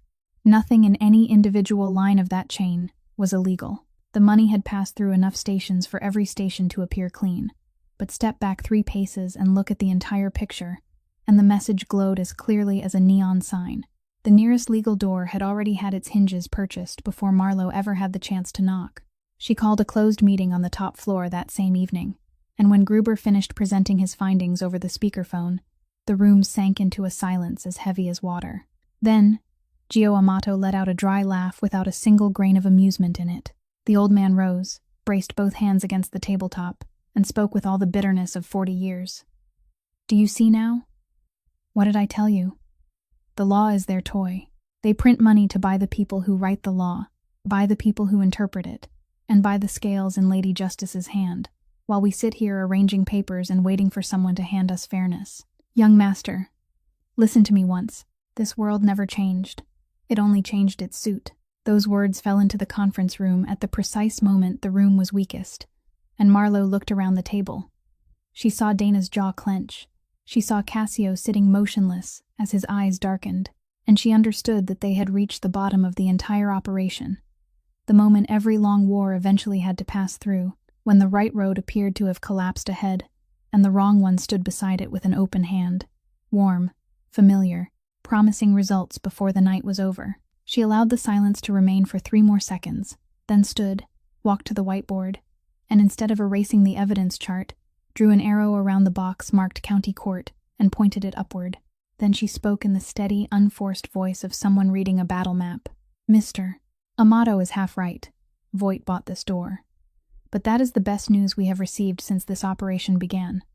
Because a man who has to spend money buying a judge is a man who is afraid of our evidence. He just confirmed that we are digging in the right place, and he also showed us the limit of his reach. His arm is long inside this county, and inside this city. But ladies and gentlemen, there is another level to this case that campaign contributions can't reach. A listening device was installed inside a private company's computer system. Data was transmitted across state lines through a Delaware corporation. This is no longer a county matter. It is a federal cybercrime, and federal prosecutors aren't elected by the voters of this county. They don't receive a single campaign dollar from anyone in this city. Tomorrow, Detective Gruber and I will transfer the entire case to the federal cybercrime unit. We lost 48 hours, but in exchange, we gain a playing field where Voight doesn't know any of the referees." Cassio watched her for a long moment, then turned toward Gio and spoke softly but with finality. "We stay on this road, Uncle, all the way to the end." The old man didn't argue again. He only released a long, weary breath and sat down, like someone setting aside, for the moment, an argument that had lasted his entire life. But an operation could move to another level in a single day, while the human heart needed an entire night. And that evening, after the case file had been copied into 3 sealed sets, after Gruber had secured a meeting with the federal contact, for 9 o'clock the next morning, Marlowe sat alone inside her old car, parked outside her apartment building without starting the engine, both hands resting on the steering wheel, and allowed the exhaustion of the entire campaign to catch up with her for the first time. Her phone lit up. Bree was calling, and her foster sister didn't ask about work. She asked in the voice of someone who had spent 10 years in social services and knew how to hear even the things no one said. "Where are you? You sound like you are sitting alone in your car." Marlowe laughed at being read so easily, and Bree continued, slowly and firmly. "I don't know what battle you are fighting. You have never told me everything, and I am used to that. But I have heard one thing in your voice over these past few months. You are coming alive again. You talk about your work like someone who finally has something worth doing. You mention a certain name, and your voice changes without you noticing. You are happy for the first time in years, Marlowe. So whatever happened tonight, I am asking you for only one thing. Don't talk yourself out of it. You are good at almost everything in this world except allowing yourself to receive something good." The call ended, and Marlowe remained in silence for a long while, looking at the paper crane with the broken wing on the dashboard, washed in yellow beneath the streetlight, its damaged wing casting a slanted shadow across the old plastic. She thought of June asleep in the apartment, with the swimming pool among a flock of newly folded cranes, of the man who had stood alone before the photograph of 3 generations, of the door that had just slammed shut, and the door they would knock on next. Then she remembered the old lesson she had repeated to herself through difficult nights in the field, and later intended to teach her daughter when she was old enough, that most problems looked larger at night, and by morning they shrank back to their true size, provided you were still sitting there to see the morning come. She started the engine, pulled into the parking area, went upstairs, and set her alarm for 6 o'clock. Because tomorrow was the day they would knock on the federal door, and the person doing the knocking needed a straight back. That morning shrank back to its proper size, exactly as the old lesson had promised.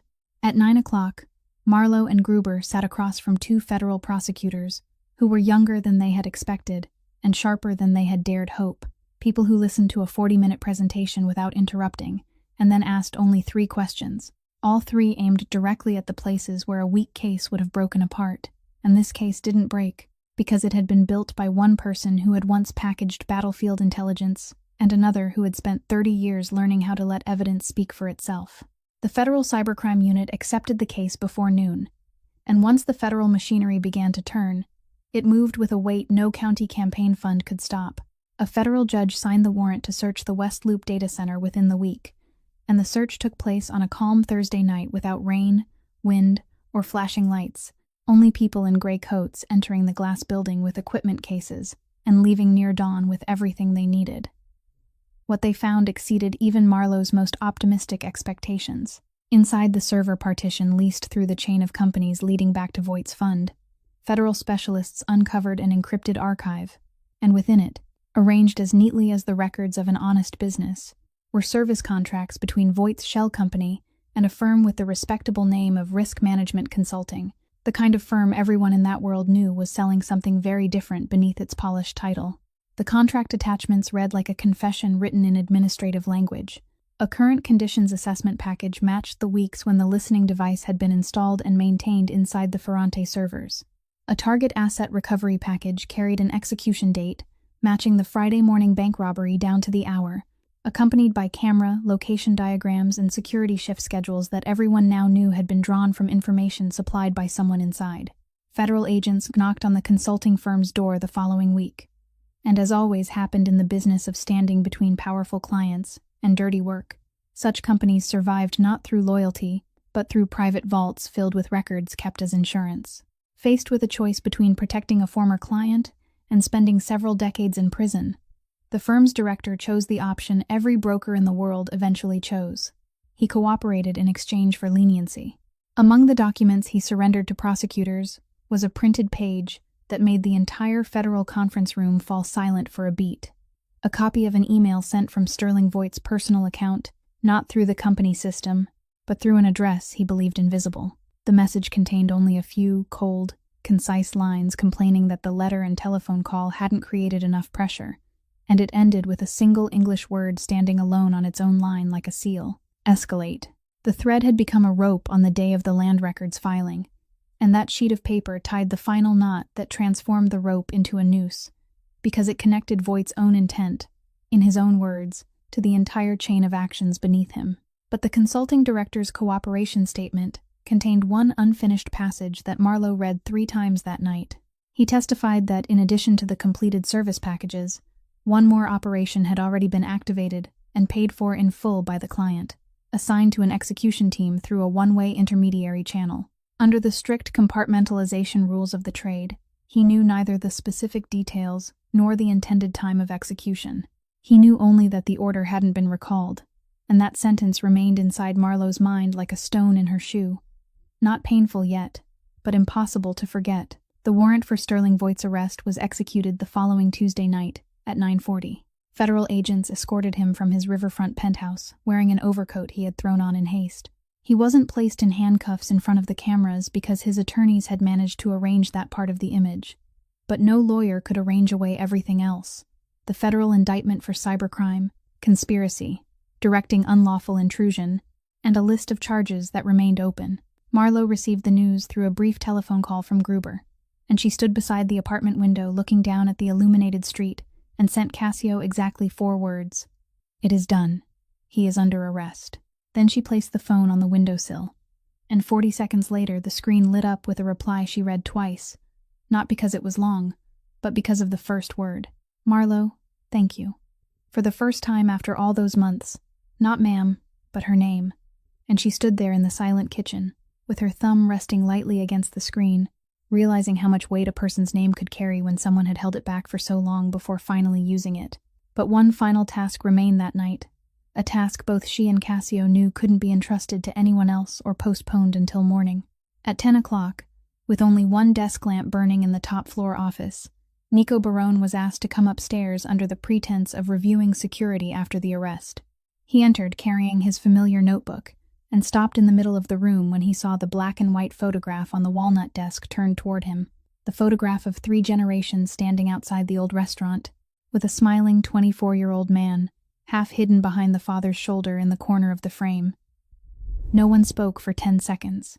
Then the notebook in Nico's hand slowly lowered, and the man who had stood straight for 20 years seemed to shrink where he stood. He didn't deny it. Men like Nico didn't lie in front of a photograph like that. He only said in a hoarse voice, "Young master, I did all of it for the family. They promised me no one would touch you. I only wanted things to return to the way they were in your grandfather's time, when we were still ourselves." Cassio let him finish. He listened without interruption, the way he listened to every matter that carried real weight, then rose, walked around the desk, and stood before the man who had carried him in his arms when he was 1 month old. His voice held no anger, only weariness and truth. "Uncle Nico, You chose a world for me without ever asking whether I wanted to live in it. The time you want to return to gave my grandfather $11 and a lifetime of being afraid to lift his head on certain streets. It gave my father a diseased liver and a final request from his deathbed. It gave me a night at Pier Number 9 that I still haven't finished paying for. You call that the time when we were still ourselves.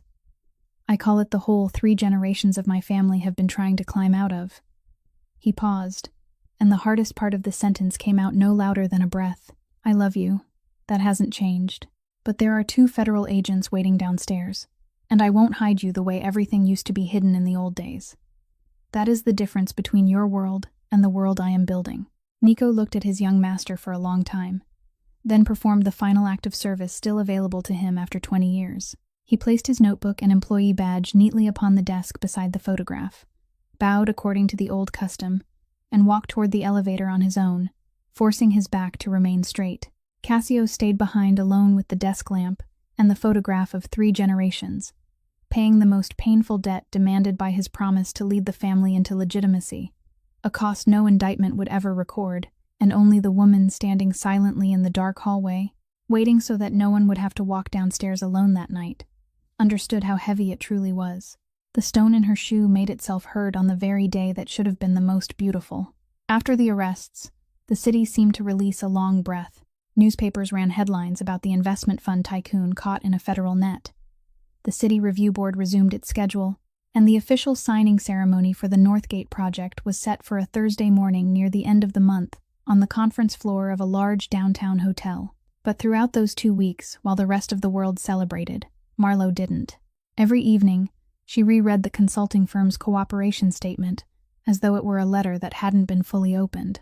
One additional service package had already been activated and paid in full, assigned through a one-way intermediary channel, and never recalled. She carried that stone to the late-night diner and placed it on the table before Gruber, asking whether an order would still move forward after the man who issued it had gone to jail, and the old detective stirred his coffee and answered with the kind of 30-year experience no textbook could contain. "Once a knife has been thrown, the man who threw it doesn't need to remain standing, girl. A one-way channel means the 2 men carrying out the job don't know their employer has fallen. They don't read financial news and don't need to. They only know the money is already in their pockets, and the work remains unfinished. A contract like that doesn't have a cancel button. So the question isn't whether it will happen. The question is on what day." Marlo looked at the calendar inside her mind and saw the only logical answer immediately. If she were the planner, she would choose the day when the 9 original deeds had to leave the safe and lie on a table in the middle of a crowd. The day when security would be stretched thin by guests, cameras, ceremonies, and protocol. The signing day. From that night forward, she prepared for the ceremony the way soldiers prepared a battlefield. She told no one except Cassio, Dana, and Gruber, because the lesson of Nico remained painfully fresh.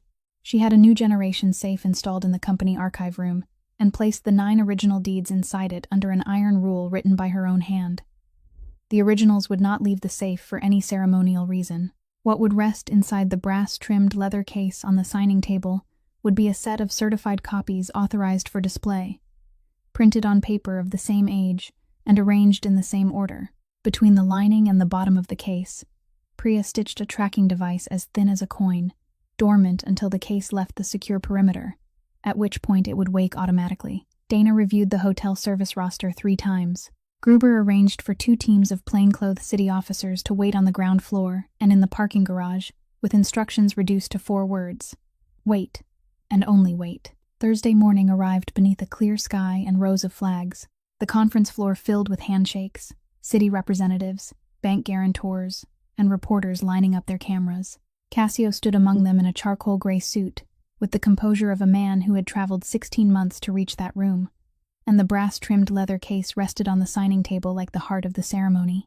Everything followed the plan until 10:21, when the fire alarms throughout the hotel began shrieking at once.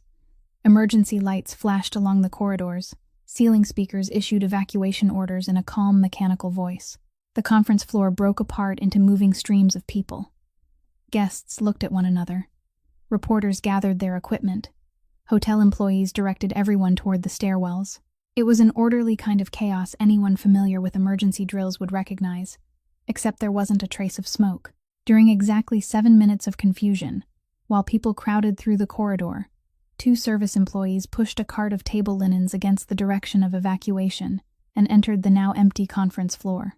When they left through the secondary stairwell, the linen cart carried 1 additional brass-trimmed leather case, while an identical case remained on the signing table, matched down to every carefully fabricated scratch.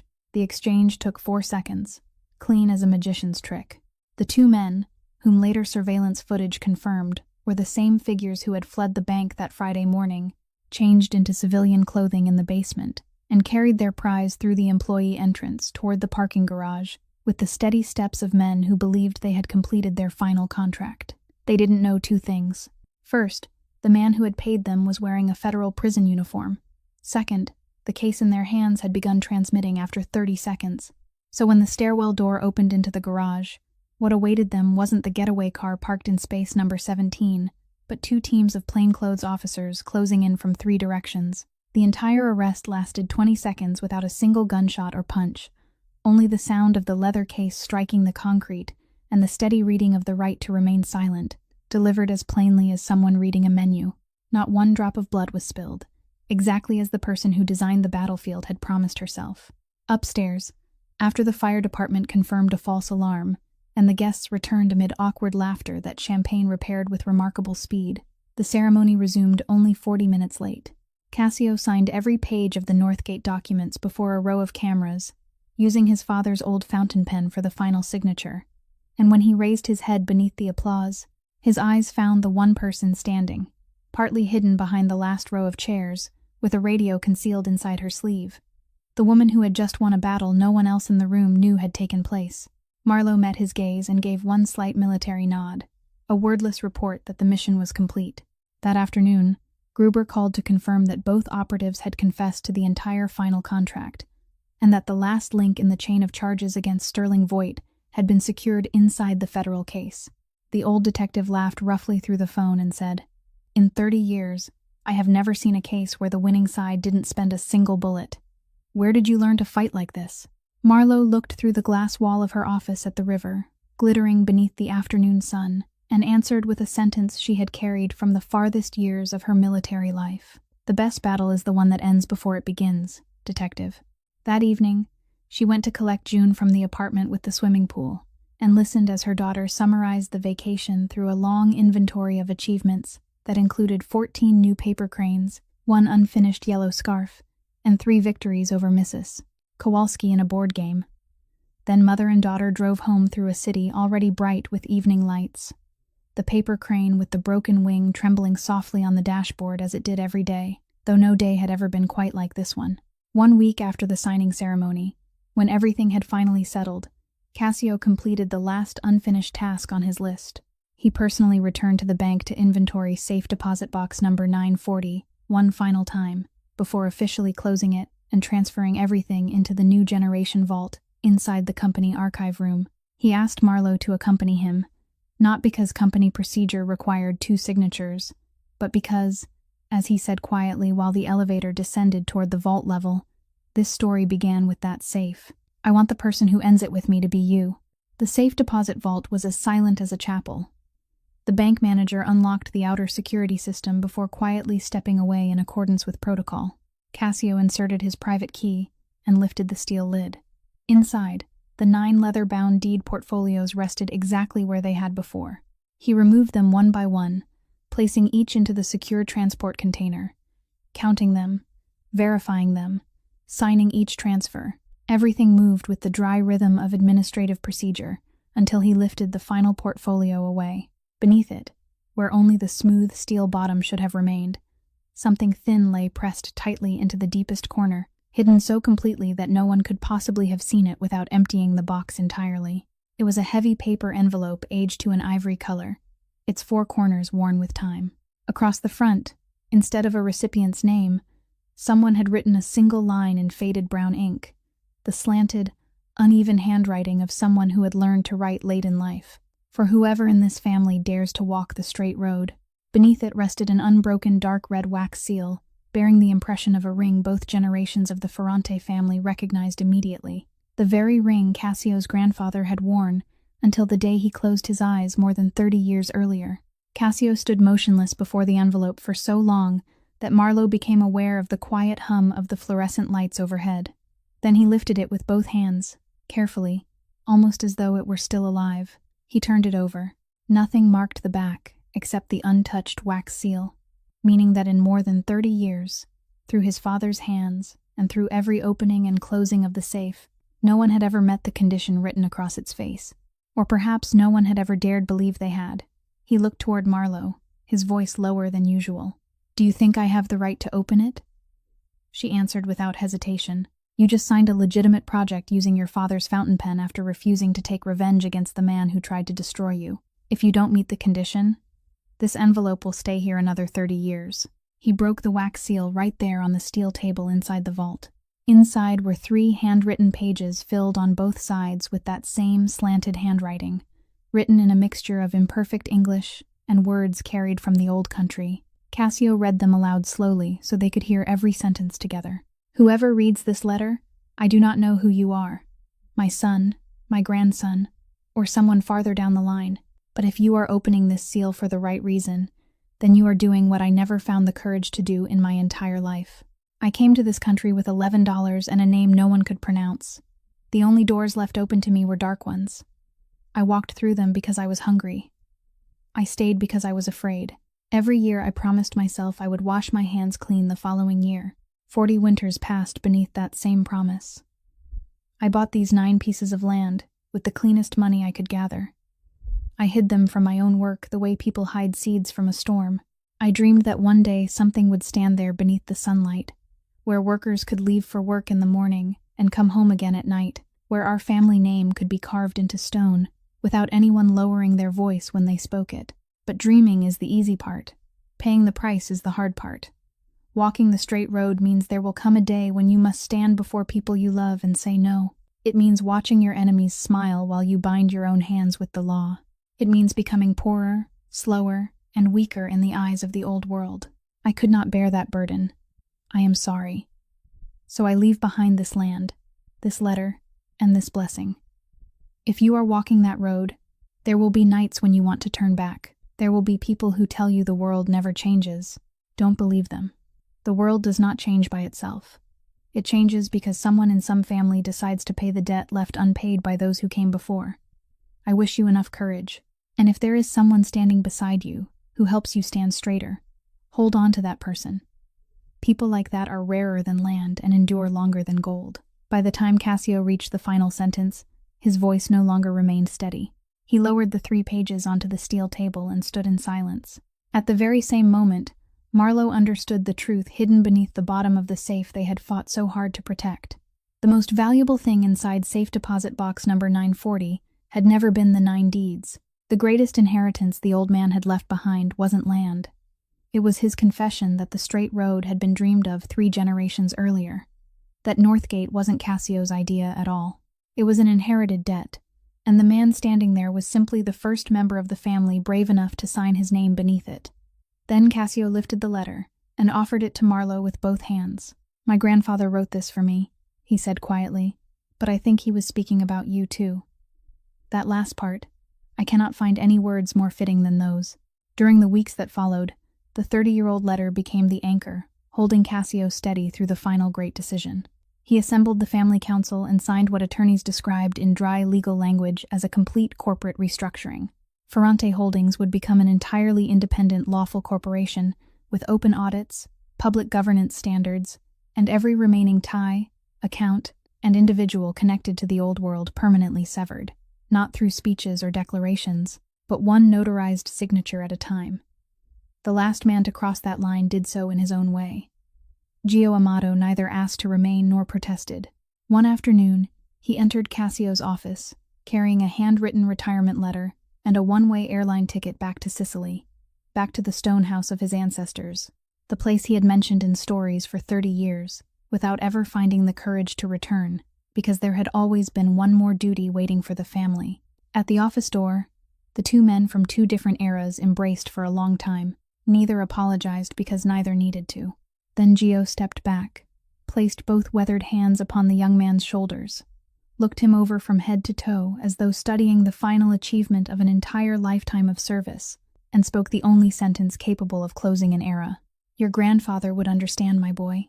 And your father would be proud."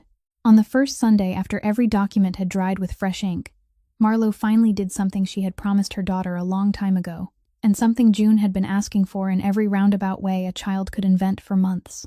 She invited Cassio to lunch at the diner June insisted served the best food in all of Chicago, a little corner restaurant with red vinyl booths, crinkle-cut fries, and an old jukebox that occasionally swallowed coins.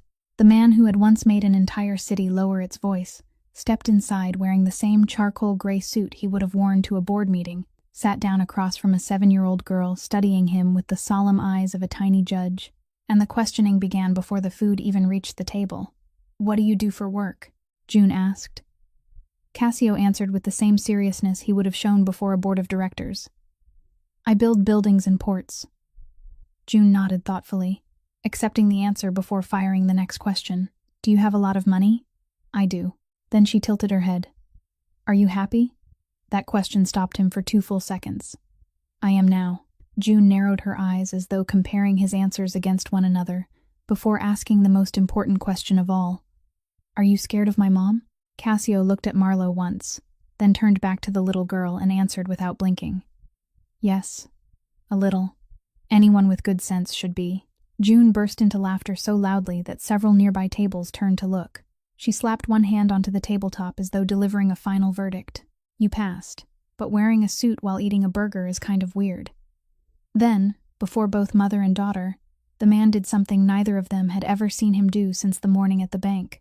He reached up, unbuttoned his suit jacket, removed it completely, draped it across the back of the chair, rolled up the sleeves of his white shirt, and picked up the burger with both hands exactly the way everyone in a neighborhood diner should. June watched with the unmistakable satisfaction of a teacher who had finally succeeded in reforming a particularly difficult student. A few months later, at that very same corner booth, the diner was decorated with balloons for June's 8th birthday, a celebration no one had tried to make perfect. And because of that, it became perfect in the only way such moments ever could. Mrs. Kowalski arrived wearing the special hat she saved only for occasions she considered truly important, carrying the yellow scarf she and June had finally finished knitting together as her birthday present. Bree drove in from Milwaukee early that morning, spent the first 20 minutes quietly observing her sister and the man who had been dragged into judging a board game by June and her friends, then caught Marlo's eye from across the room and gave her a single nod, containing 14 different meanings that only sisters could ever understand. Back at company headquarters, something new had rested for months inside a small glass frame upon Marlo's desk. The paper crane with the broken wing taken from the dashboard of her old car, still broken exactly as it had always been, because June had forbidden anyone to repair it for the same reason she had repeated through all the years. "It still flies inside my head, Mom. That's enough." Amid the cheerful noise of the birthday party, the children arguing over the jukebox, and Mrs. Kowalski explaining knitting techniques to Bree, Marlo and Cassio stood side by side near the counter, looking out across the room filled with the people they loved. Without looking at him, she quietly said, "You can call me Marlo now."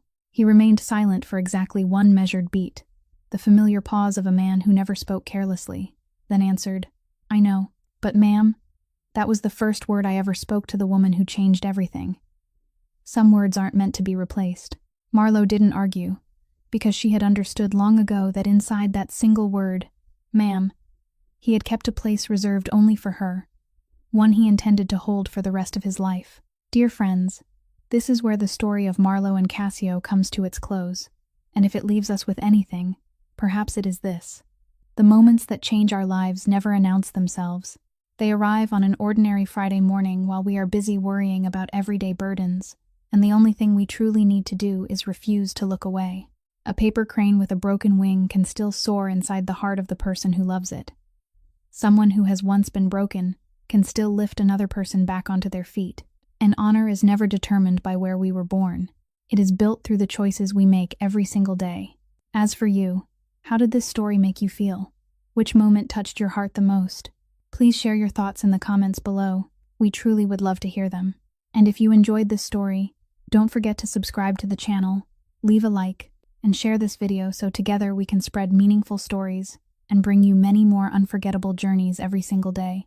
Wishing every one of you watching today good health, a joyful life, and days filled with peace and quiet happiness. Goodbye for now, and we look forward to seeing you again in our next video.